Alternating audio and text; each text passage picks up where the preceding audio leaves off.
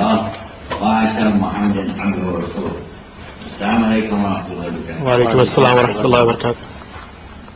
Today's topic is interesting because it's called Hereafter.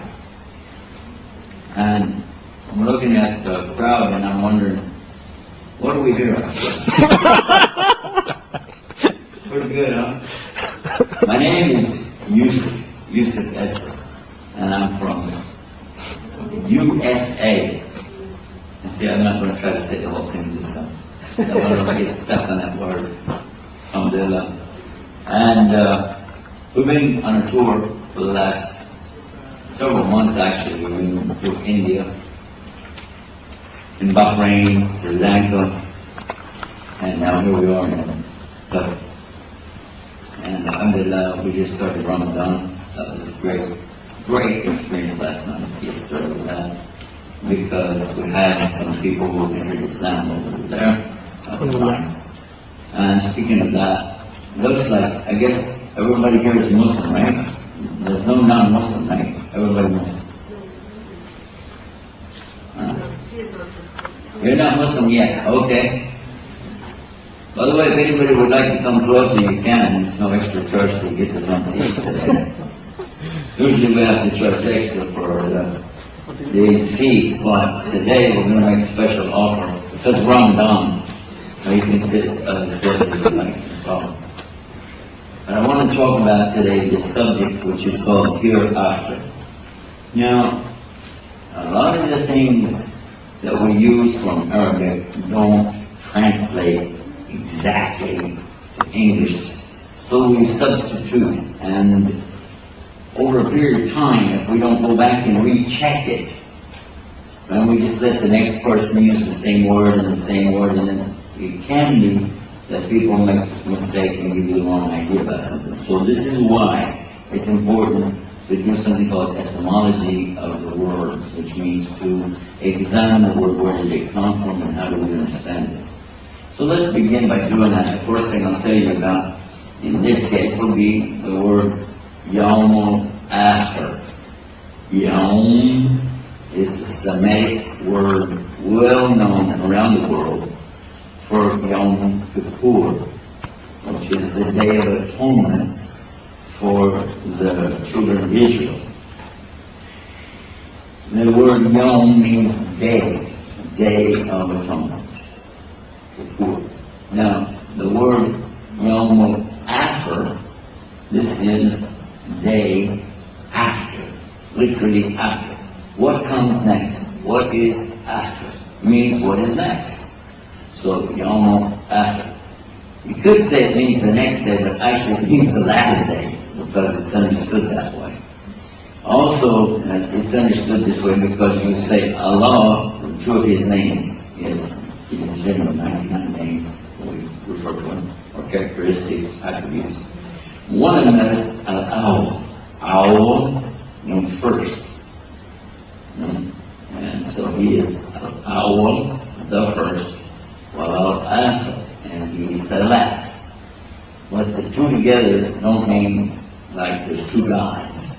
Actually, it means He's eternal, forever.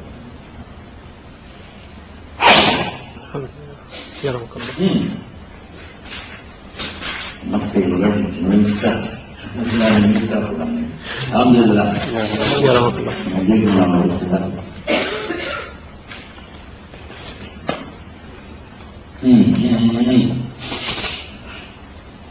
Alhamdulillah. What I was telling you about is the meaning of the word, so that you understand that this is the word that we're going to use when we say Yom Akhir. It can also mean the day after everything happened.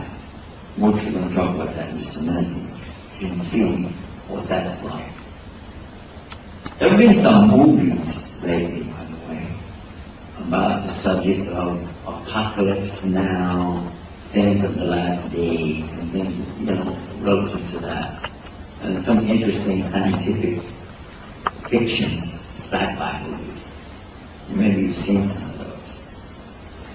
But what I want to refer to really is going to be based on the teachings from a religious point of view, from the Hebrew religion, which is Judaism, the Christian religion, and then Islam.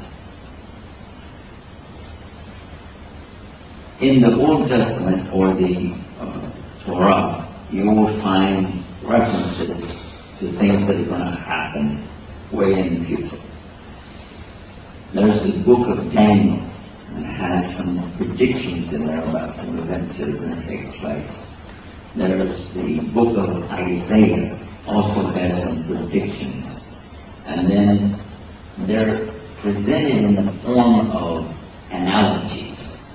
So what happens is, if you read these analogies as stories, you have to kind of read in exactly what was the meaning of it. Now, Allah subhanahu wa ta'ala gives this in the Quran as well, these comparisons that He offers, method. And He gives something like it, so you can think about it.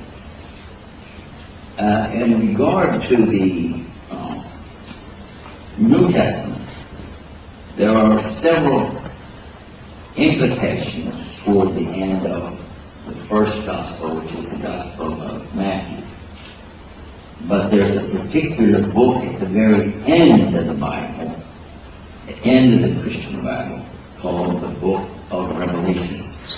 In the Book of Revelation, it is full of these kinds of comparisons that you can go back now and read the others and see how it looks like they were related stories, and you can get possibly a little bit more, I won't say you get more meaning, but you'll get more excited at least about these kinds of predictions. They mention things that are coming like horses galloping, or this is part of the apocalypse that they talk about. There are references there of angels coming down. There's references to great turbulence going on in the earth, a great, in Arabic called fitness, a trial or calamities. This is what it's referring to. This is the reference from the two books. I'm talking about the English translation of the Bible. There is no original in the Semitic languages, so you just have to rely on what they have left. And then finally the Quran. Now the Quran is what we're going to really be talking about now. And then all I did was give you a little introduction there. The Quran, this word means what's sent down to us. The meaning of it, though, is from qara'ah. It means to recite. For any kind of recitation. It could be somebody who's just reciting, Mary had a little lamb, as speaks as white as snow, and everywhere that Mary went, the lamb was sure to go. That's a recitation. Or a reading. That's also called a reading. Roses are red, violets are blue. Sugar is sweet, and so are you. So you can use these kind of little things to get an idea of a reading. Now it will help you to understand why many years ago, when they translated the Quran to English, they used the word read. But it didn't mean to open a book and say, okay, page 3, this is the introduction. That meant to do this kind of reading or recitation. That's how they translated this word iqra, from the same root as Quran, as read. And if you want to be accurate in today's use of the English language, it is more appropriate to use the word recite. Don't say read, say recite. When Prophet Muhammad, peace and blessings be upon him, was fasting, it was in the month of Ramadan, and he was in a place called Jabal Nur, in a cave called Hira. I like mentioning that now as we're in the month of Ramadan, starting first night last night, first day today. And he was just being away from his people because they were very, well, they were pagans and idolaters. They worshipped statues, they worshipped anything. And in his case, he didn't want to participate in that. They also had other, we would today call them parties and actions, debauchery that you don't even want to know about, but he abstained from all that kind of thing. There was no use of alcohol or any of the things that people did. He stayed away from it. So here he is, fasting, praying, and then someone came in the cave with him and grabbed him and pressed him to his chest and released him and commanded him, "Iqra." And he said, "La anbiqari." So he had been ordered to recite. He said, "I'm not a reciter." So I want you to get the correct understanding of this, because sometimes in the English translation, they give you the notion that here is Prophet Muhammad, peace be upon him, being ordered to read something, and he goes, "I don't know how to read, I didn't study in school, I don't have education." And then some of the parents even today in some countries use that as an excuse to tell their children they have to go get a university degree because the angel told them to Quran. But it is not actually true. That doesn't really work. There are other reasons why we need to be educated, and it's in Islam, yes, but don't use this and twist that around, because it's very beautiful to understand. It's the same angel, the angel Gabriel, that came to him. It's the same angel who also came to Mary. It's the same angel who came to the prophets before. For instance, in the Old Testament book of Genesis, it talks about Abraham, alayhi salam, and the angel comes to them. And all of this we can relate to real easily and understand that it's one message coming from the same God in a continuum. It's not going to be something new that Prophet Muhammad is coming up with. It's not, it's actually the same thing. And the main message is always the same, which is worship God alone without any partners. It's a very simple, clear message. But that, of course, is the topic of another program. But I want to touch on these things so you can see the relevance of what we're going to talk about with the hereafter. Another word I like to break down when I'm talking about this is the word Allah. Because very often what happens when we're talking to someone, they say, "Well, that's your God. It's not my God." And even if you tell them this is the God of Abraham, the God of Moses, the God of Jesus, peace upon all of them, they'll say, "No, I don't believe you. I don't accept that." In fact, there are some who are going around the universities today trying to make some kind of name for themselves by just claiming these very clear proofs that we have. And either they don't have the proper knowledge or they just don't really care. Because it's very, very obvious for anyone who would just take a few minutes on one of our websites to get the proper understanding exactly who is Allah. I'm going to give you the address for it though, so you'll know. God, Allah. Put those two words together, put a dot and a comma after that, you got it. GodAllah.com.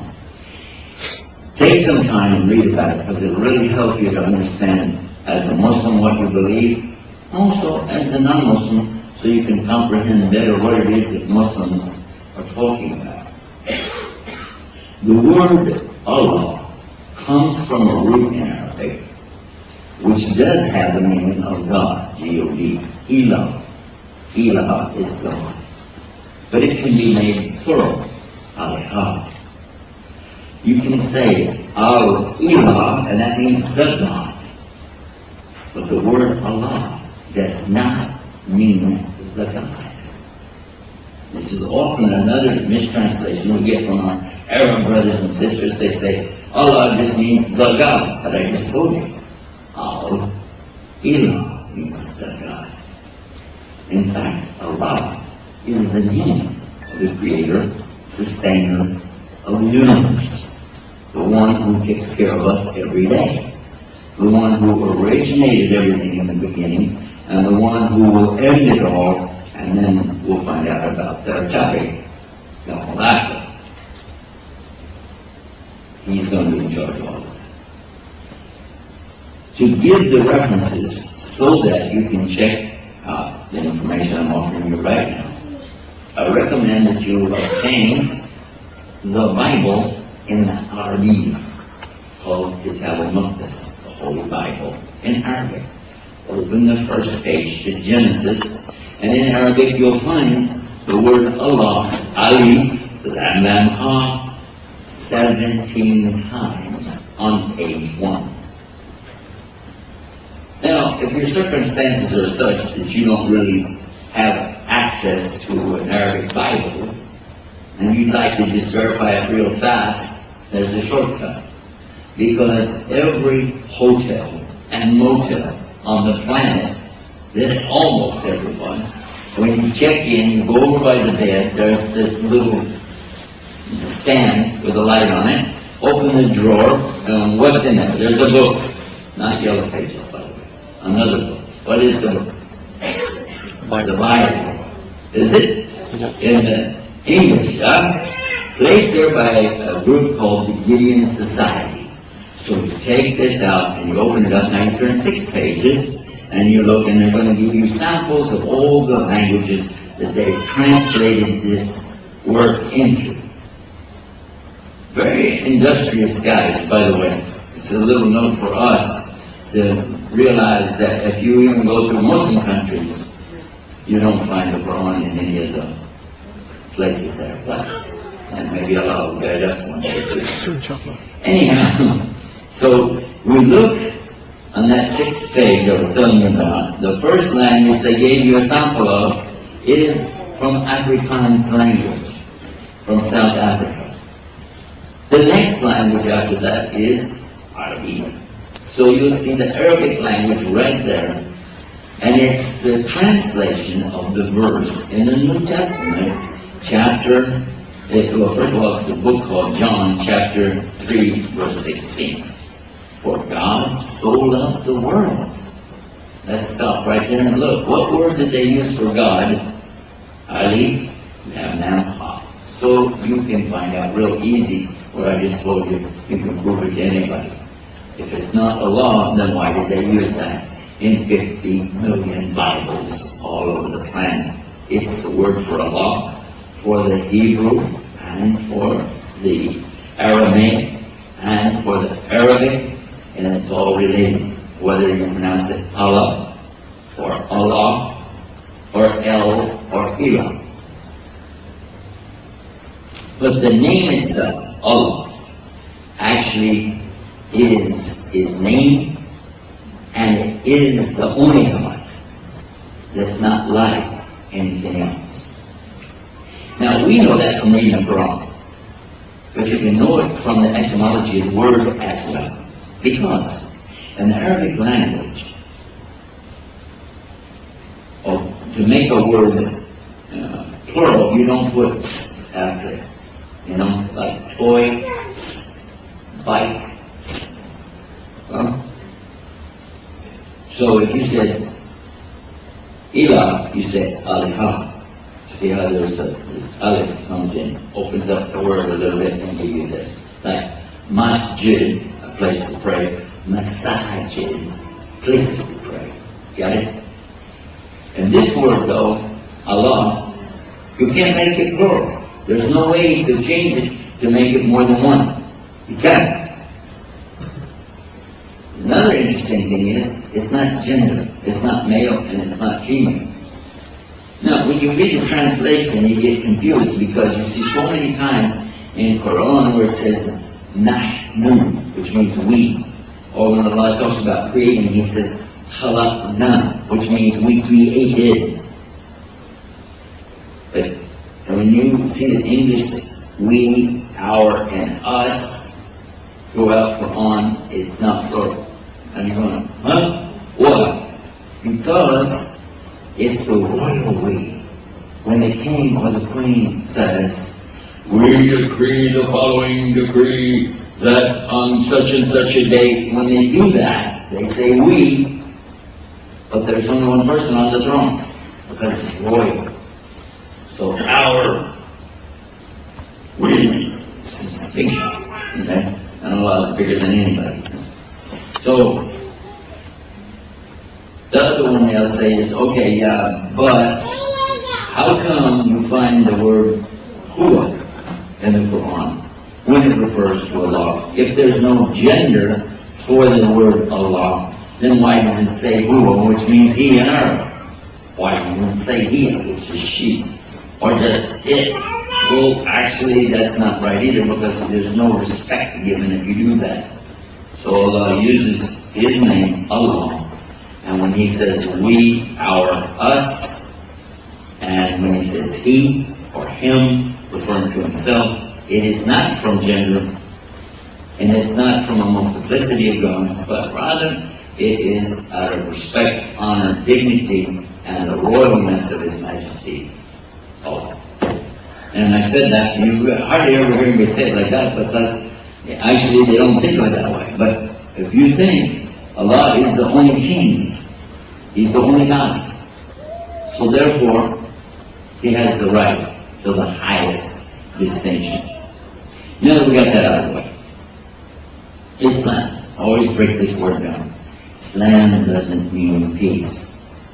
You don't say Islam means peace, because the word in Arabic for peace is what? Salam. People greet you, they say, Salam alaikum, yeah? You've heard Muslims say that, right? Salam alaikum. They don't say, Islam alaikum, do they? Well, duh. No. So Islam doesn't mean peace. However, there is peace in the word. But you need to know the other 4 English words that this represents in order to get the right understanding and perception of this word.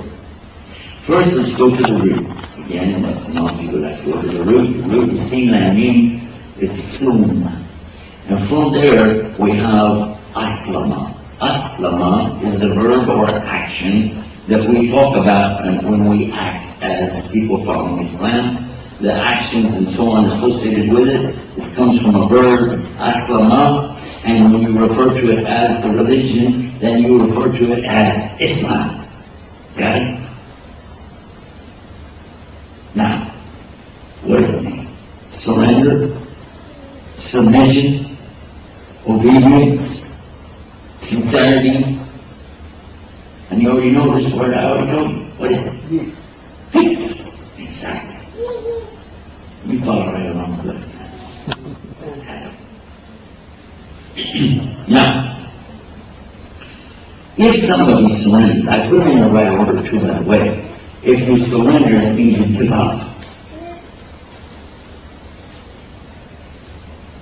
But then, to submit means you're going to enter into an agreement. And it's not just a giving up. The giving up is just like throwing up your hands. It doesn't mean anything, except you're not going to fight. But then when you submit, this is to enter into some kind of agreement or offer something. Like when somebody tells you to submit your work, we'd like to inspect it. That requires you to do something. Submit. The next word that we have here is obey. Because you've agreed to some terms, now you're going to obey what you said you would do, and then it brings you logically to the 4th word, which is sincere. You're going to do it from your heart sincerely, not just joking around. And you can test yourself on this subject rather easily, actually. If you find yourself in a situation, for instance, you're driving along the road, and you look as far as you can see, it's like desert everywhere, and the road is straight as it can be, then all of a sudden you see a traffic light, and it's red. Now, if your mind tells you, oh, that's just an old broken traffic light, it must be, because why would it be red? You know, and it's out here in the middle of nowhere, and I'm not going to stop because I'm doing 80 miles an hour, and I don't want to waste my gas starting all over. There's nobody coming. Who cares? And you go right by. Well, if you did that, that means you're not sincere. Because when you accepted the agreement of getting the driver's license in the first place, you're supposed to obey the rules. And in the rules it says, if you see a red light, you stop. So, you don't ask why somebody put the red light there, do you? You don't just blow through it, and then when the policeman pull you over, say, okay, now I'm going to ask why. That doesn't work like that. And it also doesn't make very good sense either, does it? So, in the same way, that's how it's understood in the word Islam, that you will surrender, and you're surrendering what? Your free choice. Because all of us have free choice all the time. You can make any choice you want. But, in this case, you're asking Allah, you make the choice. I'll give it to you. Totally. Because look at the words that come after that. Surrender the choice, enter into the agreement, obey the commandments of Allah, and do it for His sake, whether anybody's watching or not. And then, when the result comes, now here's where the peace comes. This is something, even today, Muslims need to focus on this, because it's a very important part of what we're talking about. Something happens to you, and you don't like it. Oh! And so you're going to start complaining about it. Oh! You're going to blame somebody for it.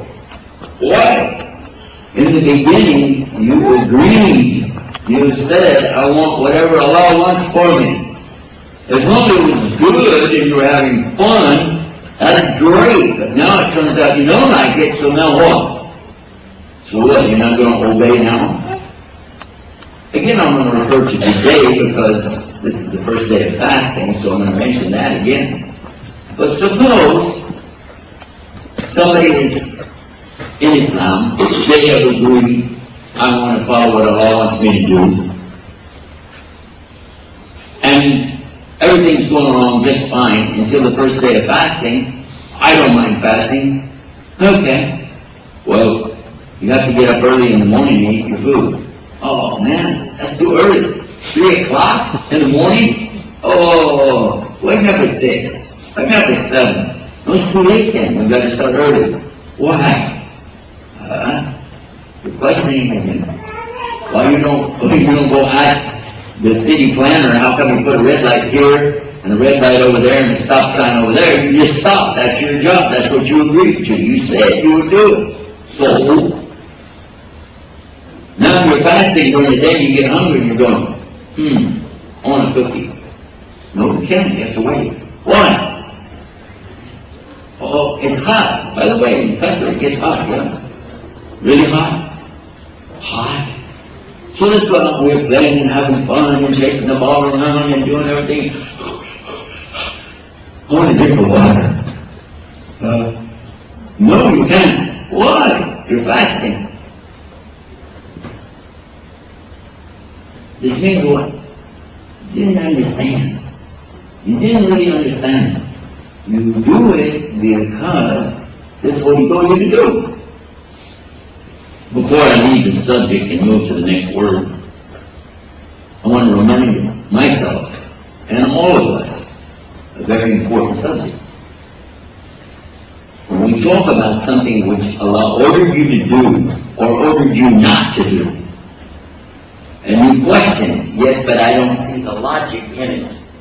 If you question that and you said, I don't see any logic in this, I don't see any reason for me to do that.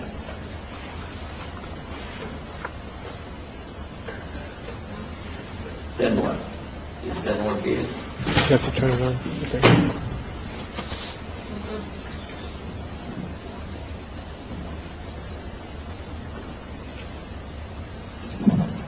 I think it works now. That's better. A little bit echo. I want to take you back with me just for a minute to the very first human being who walked on the earth. This one died. Salat al-Janazah for this one.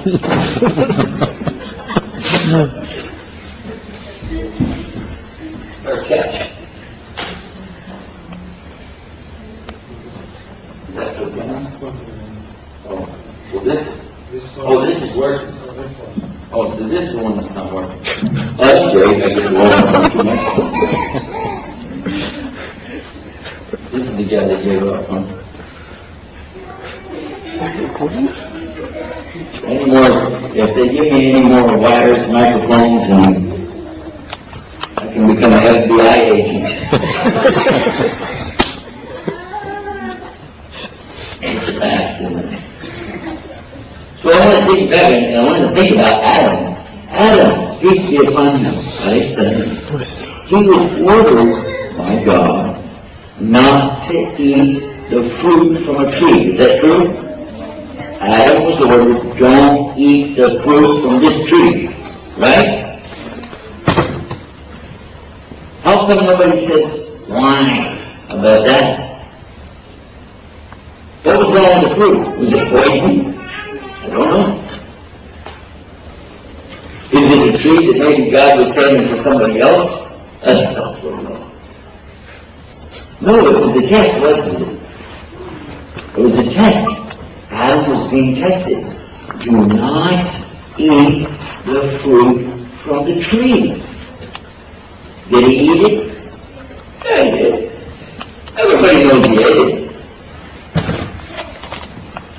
His wife, Eve, Hawa, she was ordered, don't eat the fruit from the tree. Did she eat it? Yep. Oh, yes, he did. Now, this is a command not to do something. Okay. What about a command when Allah tells you to do something?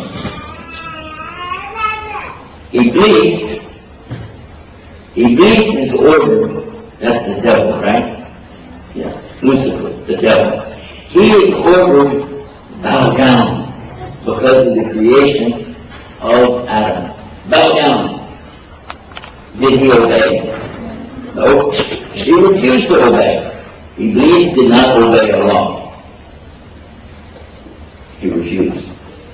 So you see an example of two things. One, the order, do it. And the other order, don't do it. Those are two orders, yes? Some things Allah tells you, do it. And some things He says, don't do it.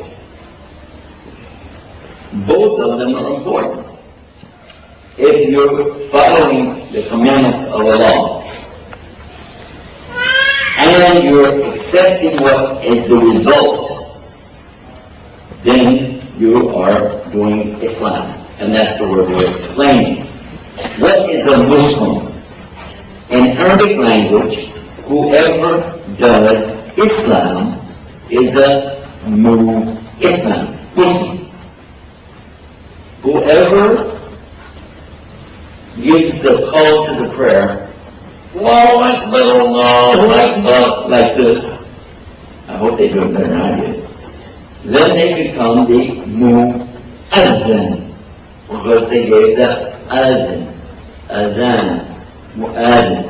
Can you say Mu'adhan? Mu'adhan. Very good. Now, what if somebody is doing Salah? Or we stand and we pray and do all this stuff, yeah? This is Salah. So if somebody does this, he's a Musalli. Can you say Musalli? Musalli. Very good. Now, if somebody travels, this is called Safar. Safar. And the word in English, safari, like when you go in the jungle and hunt for lions and tigers, okay, that's a safari. And it comes from the Arabic word, Safar. And if anybody is doing it, we call them a Musafir. Can you say Musafir? And sometimes when I travel, I suffer. All the time.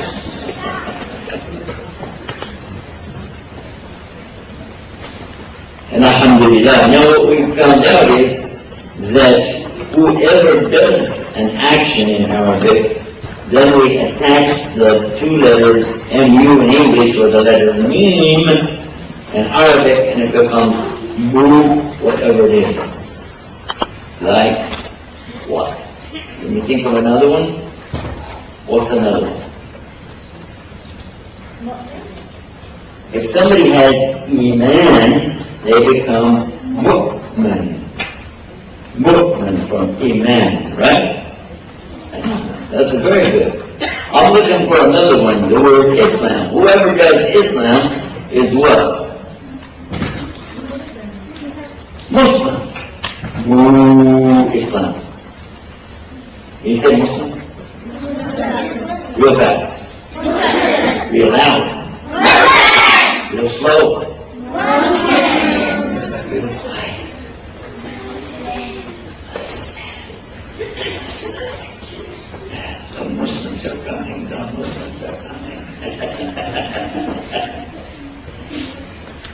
Who is a Muslim? And we, but the thing is, how can I describe a Muslim? We said anybody who does what God wants him to do is a Muslim, but maybe we still don't understand what a Muslim is. So Prophet Muhammad, peace be upon him, he said that when any baby is born, they are in Islam. They're born on the fitrah of Islam. Got it? So all the babies in all the world are Muslims. Even if their parents are some other religion, like Jewish, Christian, or fire worshiper, the baby is still perfect as a Muslim because the baby is doing the things we talked about. First word is surrender. Gives the choice to Allah. Second word is to submit. And babies always do that. Easy to get along with. And then third, obey, sincere. And nobody's more sincere than a baby. Because they don't have any second agenda. They don't have something hidden in the background. Everything the babies is right out in the open. If they want anything, they're always clear about it, aren't they? Baby wants anything, they'll tell you right away, won't they? Yeah? So, this is what Prophet Muhammad, peace be upon him, taught us. That the condition of a real Muslim, now we're not talking about Muslim, we're talking about Muslim, is to be like a baby. Innocent, clean, pure, and good thoughts. Okay. By the way, somebody might ask you, well, what would happen if a child dies, a little baby, if they die? What happens to them? Well, they all get to go to heaven, and they get to be with Prophet Ibrahim. That's good, isn't it? There's another thing, too. The babies are praying and asking Allah, let my mother come be with me. Let my mother come be with me. That's very nice. I want to come back to our subject now. We've been talking on the topic of these words so that we understand what I'm talking about. The last thing we were going to deal with now is called the Yom Al-Akhir, or the hereafter. In the books that I talked about earlier, in the Bible, the Torah, the Injil, we find the subject for Jews and Christians that there's going to be a last day. And in the last day, everybody's going to be brought back, and they're going to have to stand in front of their Lord, and they're going to be asked about what they did. This is pretty clear teaching.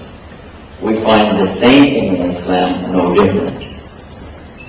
Additionally, in the Bible, we find reference to some of the signs of the last day, which will come, and there will be some very traumatic experiences take place. Some very wild things, earthquakes and so on. And then we look to the Quran, and again we find the same thing. So some of these things are the same. But then Islam has some clarification on these things to make it even more clear. One time, the same angel I was talking about earlier, Angel Jibril, can you say Jibril?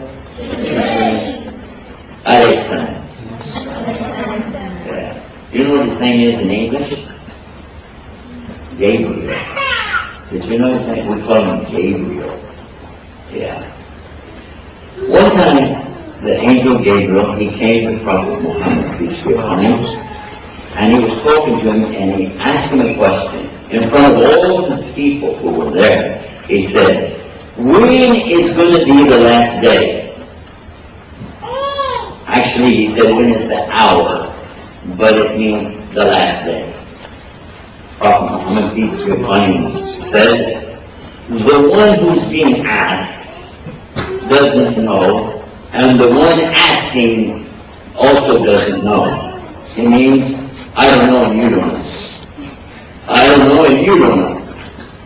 He said, but the signs, because nobody knows what's going to be. Could be tomorrow. Could be about 1,000 years from now. Or up to Allah, right? We wouldn't know. He said, but the signs are these. And he gave two exact signs or predictions of something that will happen to indicate it's time for the end. Two things. The first one he mentioned is when a slave gives birth to their own master. And the second one, he said, when the Arab desert dwellers, people who live in the desert, the Arabs of the desert, begin to build tall buildings, competing in a contest with each other to make taller and taller and taller buildings. Subhanallah. Now, for the people at that time, I'm sure they went, huh? These two things are not possible. How could anybody give birth to their own master? Because the parents are always the masters. In any civilization, throughout history, the parents are the boss. The parents say something, and the children have to do it. Always. Is that right? But today, we see some things that are a little bit different. Like microphones that don't work.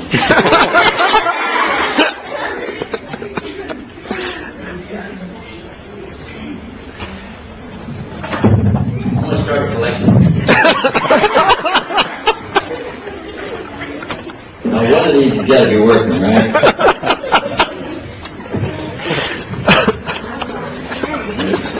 We should paint these different colors and make it look like I'm holding some flowers. Good. That's a nice one.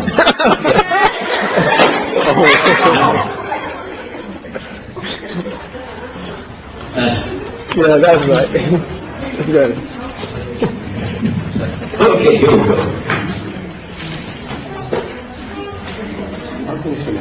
No, that's okay. I feel more comfortable with this. It doesn't need batteries. Okay. Just one word, okay? Just one word. You see how energizer. Oh, the microphone? Oh, I keep forgetting about that. Is it working?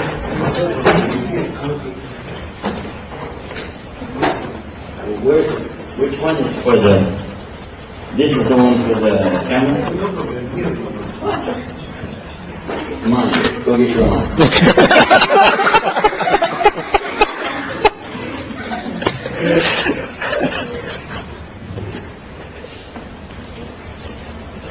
Okay. Ready? Yeah. And Mark, get set. Waiting for the red light.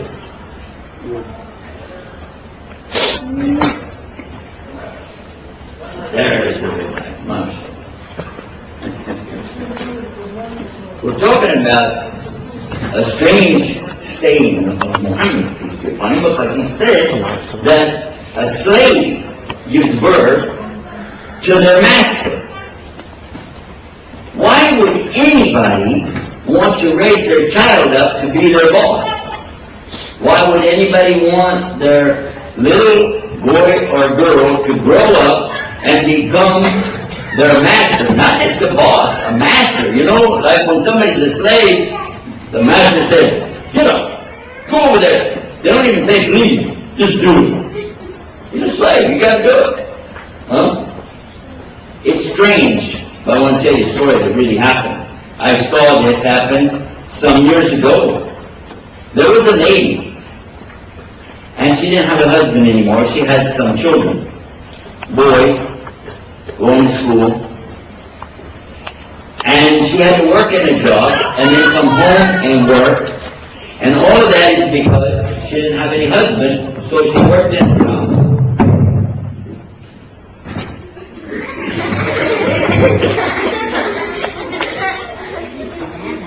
That's realize it.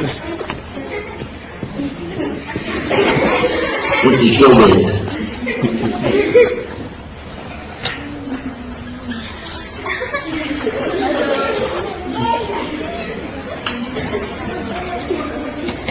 Thank you. Good. Now, did I go back to work? Yeah. I'm going to rip out one of those chairs and bring it up here. Where was I? So, maybe work.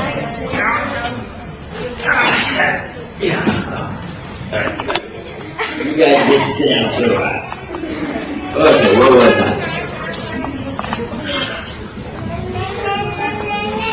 So there I was in the house, and I'm watching this lady, and she's working so hard. She came in from work, and she's taking care of these boys that she has, and they're related to me. So she came in so tired, and she was carrying a box. And she opened the box for her son, and she said, "Look what I got you today." He said, "Show it to me." Just like I said, and show it to me. She opened it up. He looked in and he said, "What's that?" She said, "These are the tennis shoes. When you start school tomorrow, I got you the new tennis shoes." He said, "This is not the kind. I told you Nike. I told you Nike. Take those out of here." She said, "But they were on sale. I could afford them." "I don't care. Get yourself in the car. Go get those shoes that I told you to get and get back here." That's what he said. 12 years old. Then what happened? She put her head down like this, and he said, "Okay." And she went back to the car, and I'm sitting there with these guys, and she went off to go get the shoes. Pretty nice, huh? Astaghfirullah. By the way, I know when she was young, she used to talk to her parents like that. Astaghfirullah. And there was something Prophet Muhammad, peace be upon him, taught us. How you treat your parents is how Allah is going to give you children. That's how they're going to treat you. If you want children to be bad to you and hurt you and insult you, then be bad to your parents, because it's going to happen to you. But if you want children to be good to you, you want your children to treat you good, and you be good to your parents. Because it's the order from Allah, even at the time, thousands of years ago, with Moses. Obey your parents, honor your parents, respect your parents. This is in the Bible. The same comes with Jesus 2,000 years ago. Honor your parents, respect your parents, do what your parents tell you to do. And then in the Quran, Allah makes it an order on you, you must obey your parents. You have no option. You must obey your parents in everything, except if they want you to worship somebody other than Allah. Got it? But now let's look at the story that happened that I told you about, the hadith or story that Prophet Muhammad, peace be upon him, said. A slave is going to be in the control of their own child. And then the other part. Can you imagine a desert? Now what is a desert? It's just sand, isn't it? There's nothing there, just sand. Oh, sometimes there'll be a little, piece of something growing out there, but not much. Maybe a lizard here or there, or a buzzard, but not much else. That's a desert. So when you have that much land, if you build anything, it's probably going to be a tent, isn't it? And in fact, that's what the people living in the desert used to build. They put tents up, didn't they? Now, how many levels in a tent? How many stories in a tent? One. Duh. Everybody knows that, right?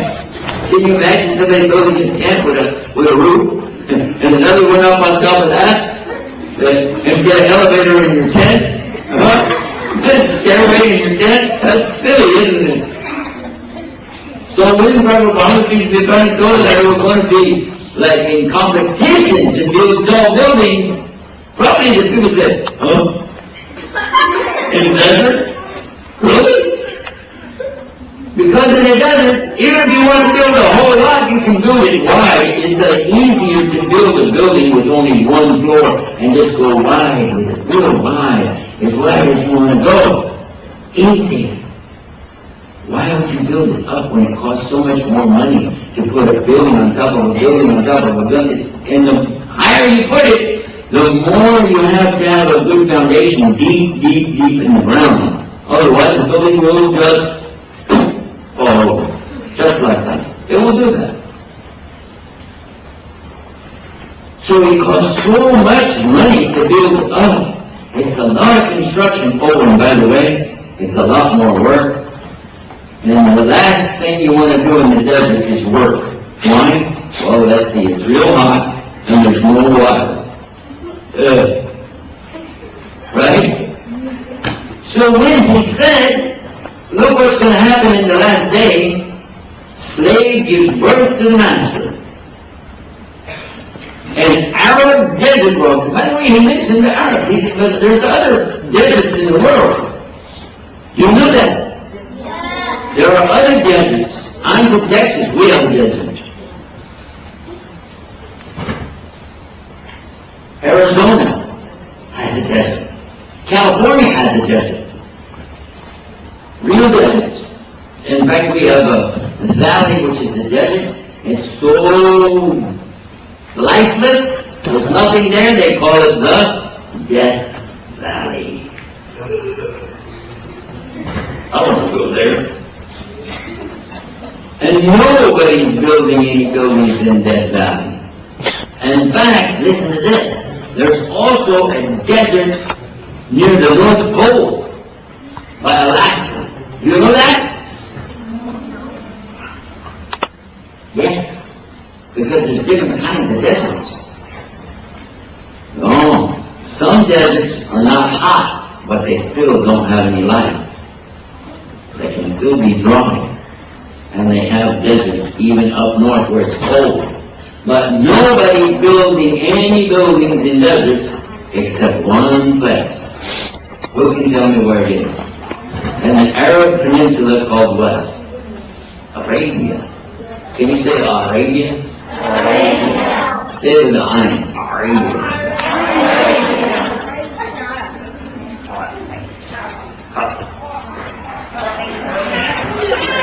By the way, I didn't think that we had this letter in English. And the regular English alphabet doesn't have the letter I like that. It doesn't have it. But I was surprised I could say I like this, just like natural. Then I realized Texas has extra letters. I'm from Texas. We have extra letters. Yeah. Like for instance, when somebody tells you, go do this, go do that. You say, I ain't going to do it. I ain't going to do it. That's what happened. So this is where we get the from. But then your mother comes in and she says, the other letter, Ra. We also have that one. Oh yeah, you're going to do it.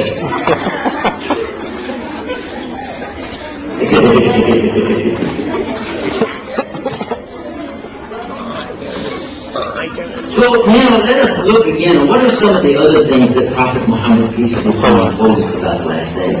Well, the Quran came from him, and in there Allah tells us an amazing thing about earthquakes. When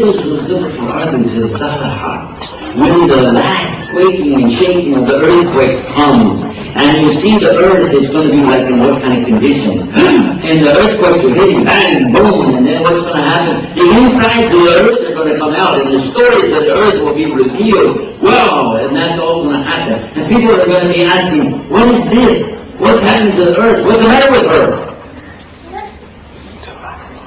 And Allah is telling you now what's going to happen. The day is coming. And anybody who did any good, even a little bit of good, they're going to see it then, on that day. And anybody that did even a little bit of evil, they're going to see it on that day. It's pretty scary. Also in the Quran, Allah uses some of the same things I mentioned to you from the Bible. Talking about the feet of the horses stamping on the ground as they're moving. Scary. That's actually when they tell the story of the apocalypse, they always like to show the horses' feet rumbling like that. It's kind of scary. I like that. Oh. You know this one? Read it. But I want to tell you another thing that Prophet Muhammad, peace be upon him, told us about. He said in the last days, People will be trying to talk to the animals in the sea. That sounds funny, doesn't it? Can you imagine somebody walk over to the river and goes, hey, bro, what up? No, come on. But no, we found out it's true. They're spending millions of dollars trying to communicate with the porpoise and the whales in the sea. And they put electronic things in the water so they can hear them going, beep, beep, beep, beep. Right? Huh? I didn't do a very good porpoise imitation, did I? Well, you get the idea. Everybody knows that, right? Yeah, they're trying to talk to them. They want to know how they communicate. And he said that 1,400 years ago. Oh my God. You know what else? Same story, same hadith. He said that a person's hands is going to talk to him. Your hands will talk to you. Talking hand. Oh, hand. Oh, I'm fine. Oh, that's nice. He didn't mean that. He didn't mean that. Because actually, in the last days, he said your hand will talk to you. Where do we hold the cell phone? Oh, you're talking. Oh. And then he said that your side will tell you what's going on in your house, even though you're away. Even though you're far away, but your side will tell you what's in your house. How? Did you know there's a pager you can put on your belt that has a display and it tells you what's going on in your house? Because your wife can send you a message, or husband or brother or sister send you a message, and you got your pager right there on your side looking at it. Bring home a loaf of bread. Okay. We don't have enough bread. Bring home bread. Right? But that's for boys. Girls don't use that for theirs, do they? No. They put their pager in their purse. Right? And where does the girl carry her purse? Right by her side. Up. So, what we can understand from this is, could be it's getting closer and closer and closer all the time this last day. But when it comes, what's going to happen? One of the things that's going to happen, you're going to see some amazing things. We mentioned the earthquakes, yeah? Mountains will fall down, things like that. And there will be a big fire that you can see from far, far away, an unbelievable distance, yet they'll still be able to see the fire. That's another one you see. Another one. He talked about somebody who will have one eye, and he will tell people he's God. He will say he's the Lord. And he will do some magic or something like miracles, and they'll say, oh, look, who is this? Who is this? And people will believe him. A lot of people will believe him. Who is he? Ad-Dajjal. The liar. The liar. You're right. That's exactly right. And in English they call him what? Do you know? You never heard about it? No. They call him, the exact thing in Arabic is Al-Masih al-Dajjal. This means the false Christ, or as they call him in English, Antichrist.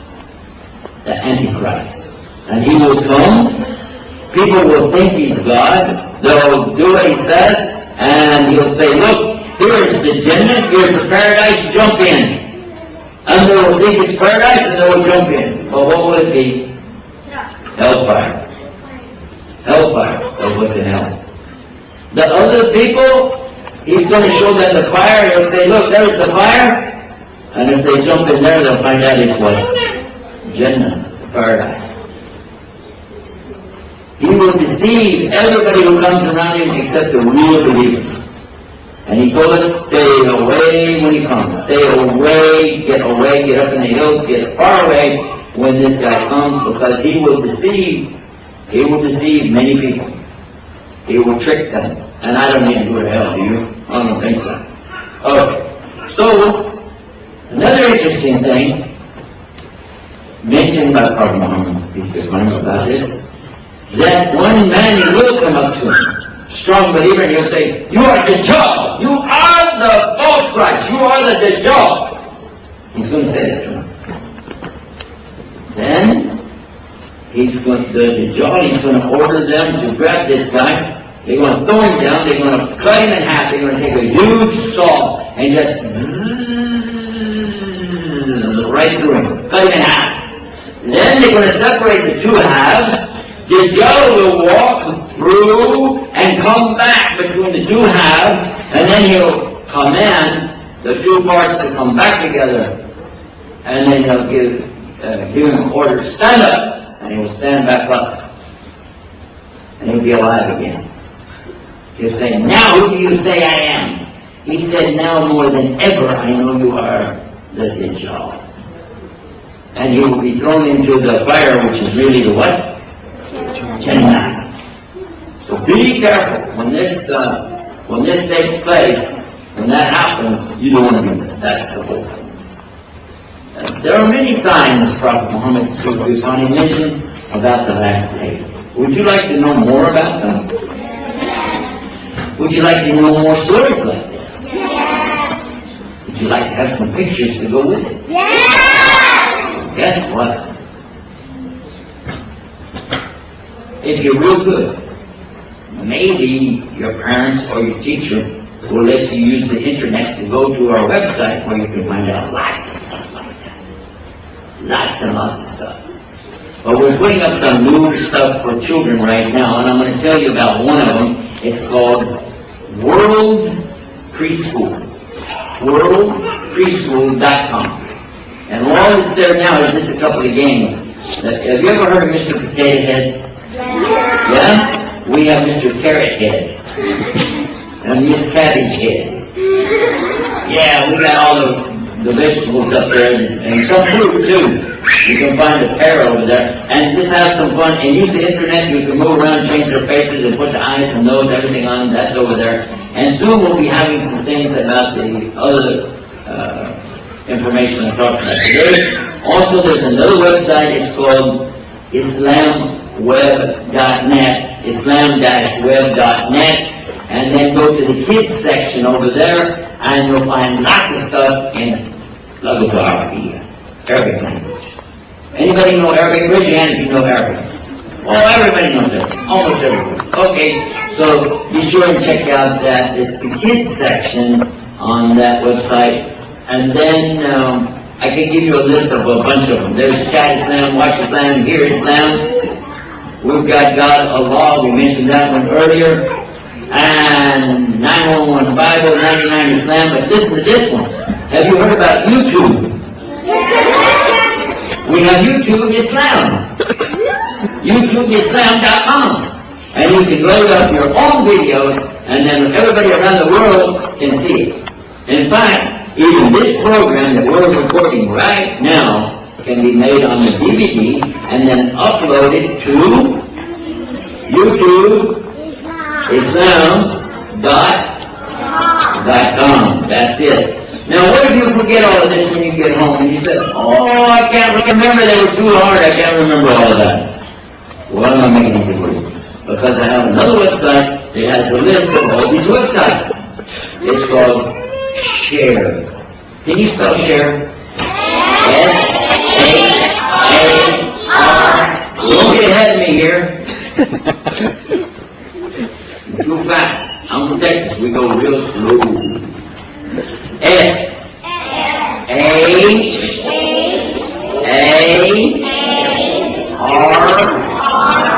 No. You gotta say it like this. R. There you go. E. That's it. ShareIslam.com. Got it? So when you go there, you can get the list and go see all the good stuff. Oh, anybody like animals? Would you like to go to my website that has pictures of animals? Yeah! Would you really? Yeah! How about YouTubeZoo.com? go to YouTube Zoo. Now this one you have to remember because I didn't put a link to it yet. YouTube Zoo. YouTubezoo.com. Oh, and by the way, it's not just pictures. Would you like to see live animals and watch them through a video camera? Yeah! We've got all of the zoos in the world that have cameras hooked into the website. So you can go see in Singapore animals over there, in Colorado, California, Australia. You can see all the animals. They're live right now. You can just go watch the screen and see it. And inshallah, I'm talking to some people in Sri Lanka because they have an elephant orphanage. Have you heard about elephant orphanage? Yeah, for little miskin yateens of the orphans, of the field. Elephants. I went there last week and we saw them. My daughter went with me and we saw all the, and one of them has his leg is gone. He's going on 3 legs, look like he's dancing. Another one is blind, you can't see. He's the biggest elephant I ever saw in my life. By the way, I've seen lots and lots of elephants. But that was the biggest one I ever saw. And all of it, you can get where? YouTube Zoo. YouTube Zoo. Okay? Well, I wish I had some more program for you, but that's about it. Anybody have any questions? Anybody have any questions? No? Put your arm down. Put your hand out. No, you don't have any questions. You do? Okay, girls first. Come here. Come here. No, come here. Talk in the microphone. I saw you on TV a month ago. A month ago? Wow, way back those days. That's the good old days of TV, wasn't it? MashaAllah. What's your name? Adiba. Adiba. Where are you from? Bangladesh. Bangladesh. How you like it here in this nice place? I like it a lot. You like the school? Is it good school? Yes. How old are you? 9. 9 years old? Wow. What grade are you doing? 4. Have you got a good teacher? Pretty good or real good? Really good. Is she here? Yes. You get better grade. Okay, go sit down. Let me see. What else is, you want to ask a question? Come here. You have to come. Look, if anybody wants a question, you from this side you line up over here, and from here you line up over here, and then we'll take it one by one. Quickly, let's go. Hurry. There we go. Okay, tell me your name. Line. Muhammad. Oh, I heard this name before. I know somebody else named Muhammad. Anybody here know somebody named Muhammad? If you know somebody named Muhammad, raise your hand. Amazing! All of us know somebody named Muhammad. Isn't that nice? How old are you, Muhammad? 9 years old. How many wives do you have?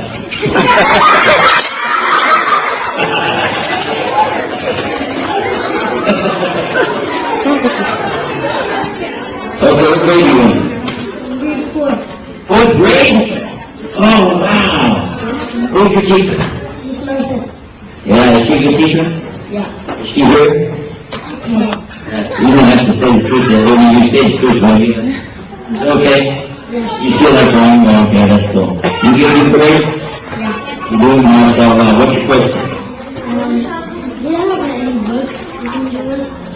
You want to give you a book? If you go to the internet, you can print out all of our stuff in book form. It's too hard for me to carry all the books to the airport for you, you know what I mean? So if you're on the internet, print it out, make it like a DVD, what they call PDF files, and then put it on the DVD. Got me? Nice to meet you. Hold on one second. Nice to meet you, man. This is Muhammad, by the way. MashaAllah. MashaAllah. Everybody knows him. 9 years old, no wives yet, working on it. What's your name? And how old are you? 10 years old? MashaAllah. What grade are you? 4th grade? Oh, very good. You get good grades? No wrong. Yes. MashaAllah. You have a question? Yes. Okay, good. You want to share with us? Yes. Okay, do it. Are you Muslim? Am I a Muslim? I hope so. Good question. Go sit down. Next. What's your name? What? Ibrahim. How old are you, Ibrahim? 10 years old? Oh, okay. What grade you in? Good grade? Yes. Real good grade?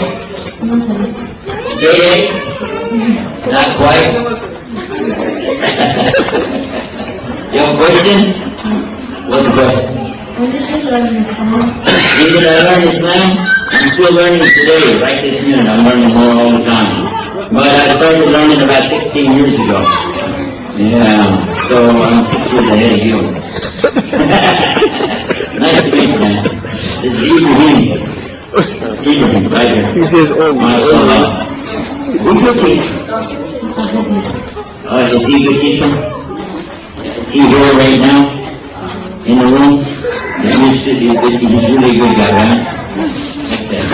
Well, you keep working on that, school grades, get them all the way up to straight A's, okay? 25. Sorry. See you later. Okay, next. What's your name? Khalid.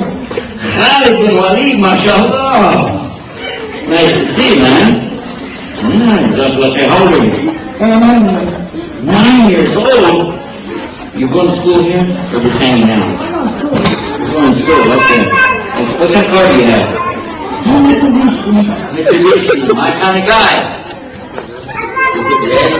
No. Oh, okay, well, that's okay. We'll do it with red today. Okay. You got a question for us? Yes. What's your name?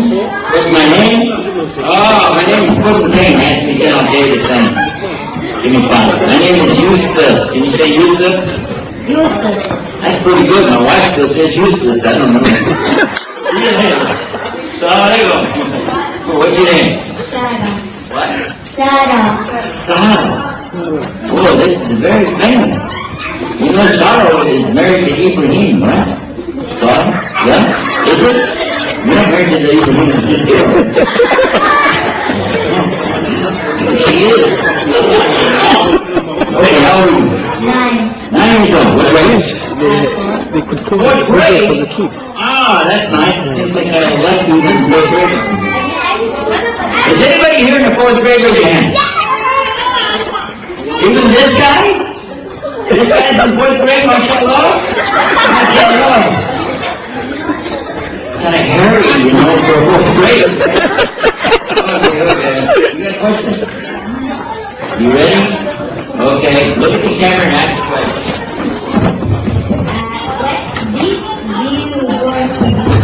Do I go on TV? Has anybody ever seen my TV show? I guess the answer is what? Am I on TV? We're on TV right now. Huh?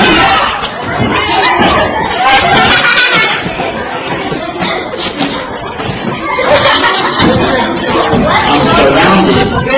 Peace TV. If you know Peace TV? You saw Peace TV? Ah, look at the camera. Look at there. See the camera. Look at the camera. Everybody look at the camera and say, Jinnah! Translation, Fatima,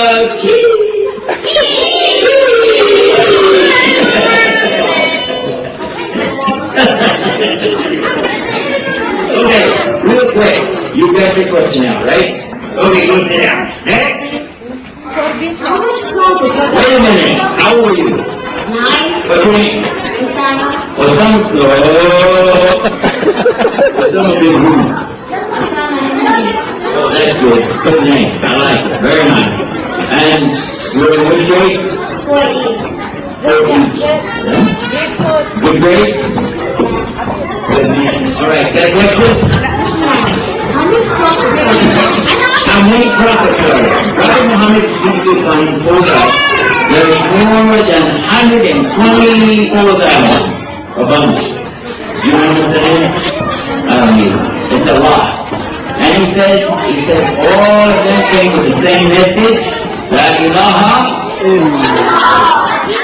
Again, la ilaha. One more time, la ilaha. I can't hear you. That's pretty good. المحاضرة كانت للكبار. Next. الموبايل No question starts out with who, what, where, how, or why. Sister Zelina. From Canada? You're from Canada? Oh, I had a pin. I didn't work today. I have a pin from Canada to cover. It has both flags. MashaAllah. Okay, what's the question? No, it's a question.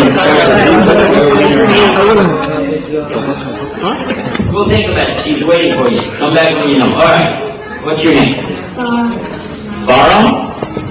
Farah. F-A-R-R-A-H. F-A-R-A-H. Okay. Very nice. How old are you? 9 years old. Let me guess. You are in the 4th grade. Yes or no? I did it! I did it! Oh my God!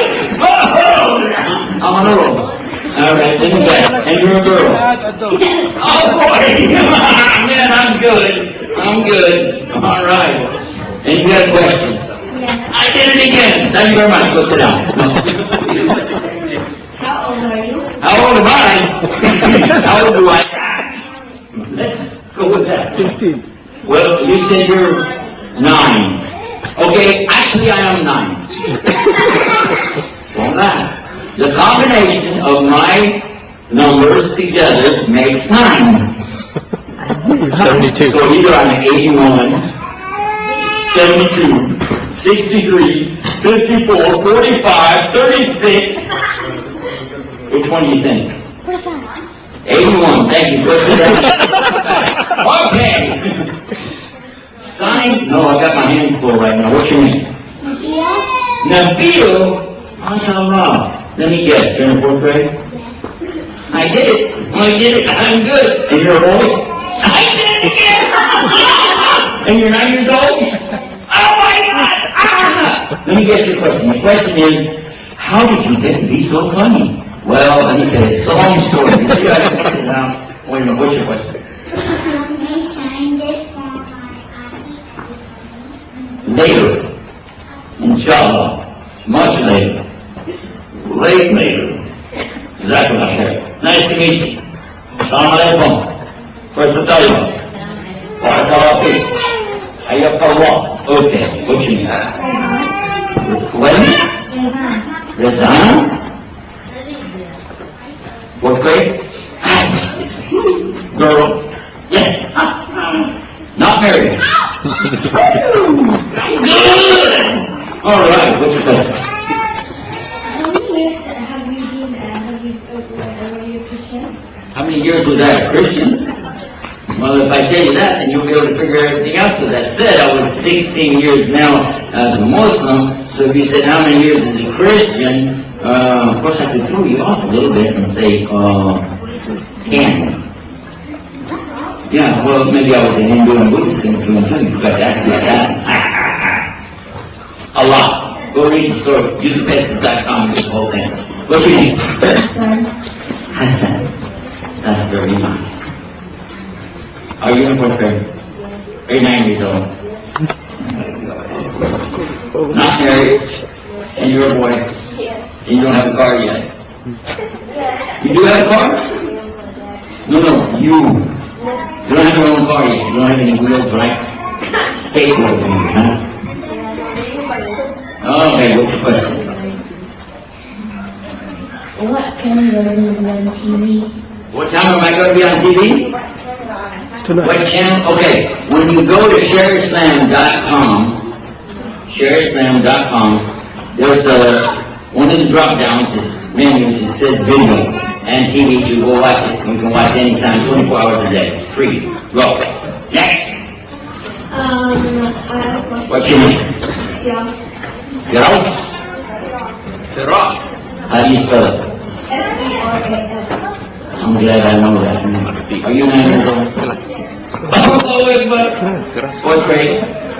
Oh my God. Alright, what's your question? How many names does Allah have? How many do you think you have? 99. Okay, go to 99islam.com and see what you get. 99islam.com and see what you get. What's this one say? Hello? Hello? Is that how you greet me? Now, what's your name? Salah. Salah. Very nice to meet you, Salah. Now, tell me something. How old are you? 9. Amazing. Again. Slave. Boobs. And grade? 4. Fourth grade. Got a question? Who taught you Islam? Who taught me Islam? Allah. And many teachers. Go read it on the internet. Okay. What I gotta do now, I gotta go. So I'm gonna tell you guys, big salam. I love all of you for the sake of Allah. Until I see you next time, may the good Lord take a liking to you. Jazakumullah khair. Wassalamu alaikum wa rahmatullahi wa barakatuh.